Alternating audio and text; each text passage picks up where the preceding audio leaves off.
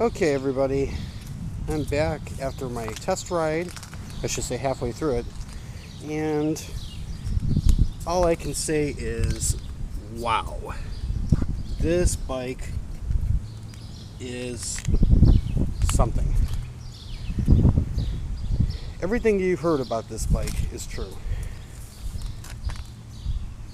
It floats over bumps. It just wants more input from you the more you give it. It just is silky smooth. It's amazing.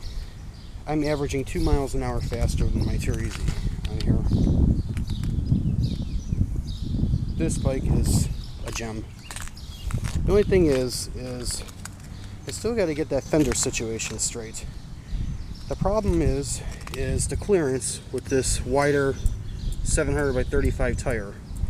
And their carbon fiber fenders have very tight tolerances, so I'm not giving up on that yet because I really need fenders. And the front one, the fender stays are not long enough to reach my rubber mount system that actually absorbs bumps, made of bungee cords by, not my idea, some other people on Bent Rider Online and Easy Racers came up with that, but that's a wonderful idea. It's a lot cheaper and it works a lot better.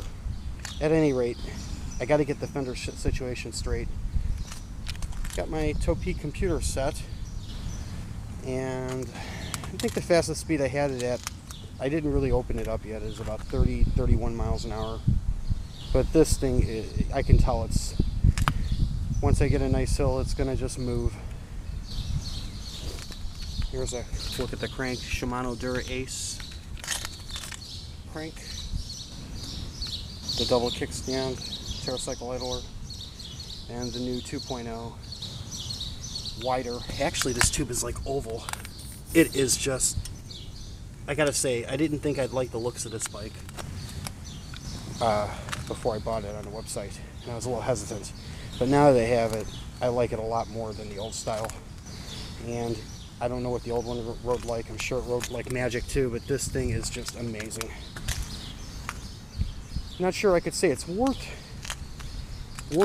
the atrocious budget for everything on it and the bike, but it's pretty close. It is really magical.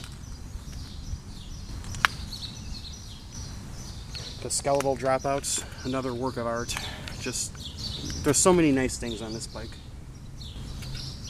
I think the next upgrades are going to be eventually is some really high-end wheels.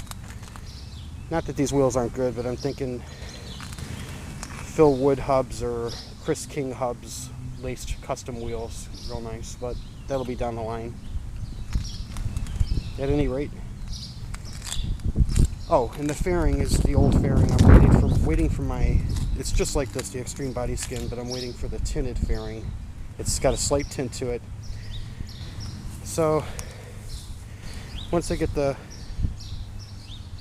mounting situation done here, I apologize for moving the camera a lot. This thing doesn't have a stabilizer, so. But once I get the mounting, that mounted on there, the situation with the fenders, that'll be a godsend too, because I really didn't want to take this bike out till it was totally done, but it is basically totally done. So, and I'm sort of like the idea of using these wider tires. Yeah, I know they're a little slower, but this bike is so fast, it doesn't matter, and it's comfortable. For me, comfort is the main thing. One thing I got to note though is this carbon fiber fork upgrade, worth it. If you're going to do it, do it. It really does smooth out the ride in the front end, and not a little bit, a lot. So anybody that's looking at doing it, do it. Don't hesitate, just do it. If you're going to buy the bike and spend this kind of money, just get the fork. So, yeah, that's about it. There's a tail sock I have too, but of course I didn't install that. So, and that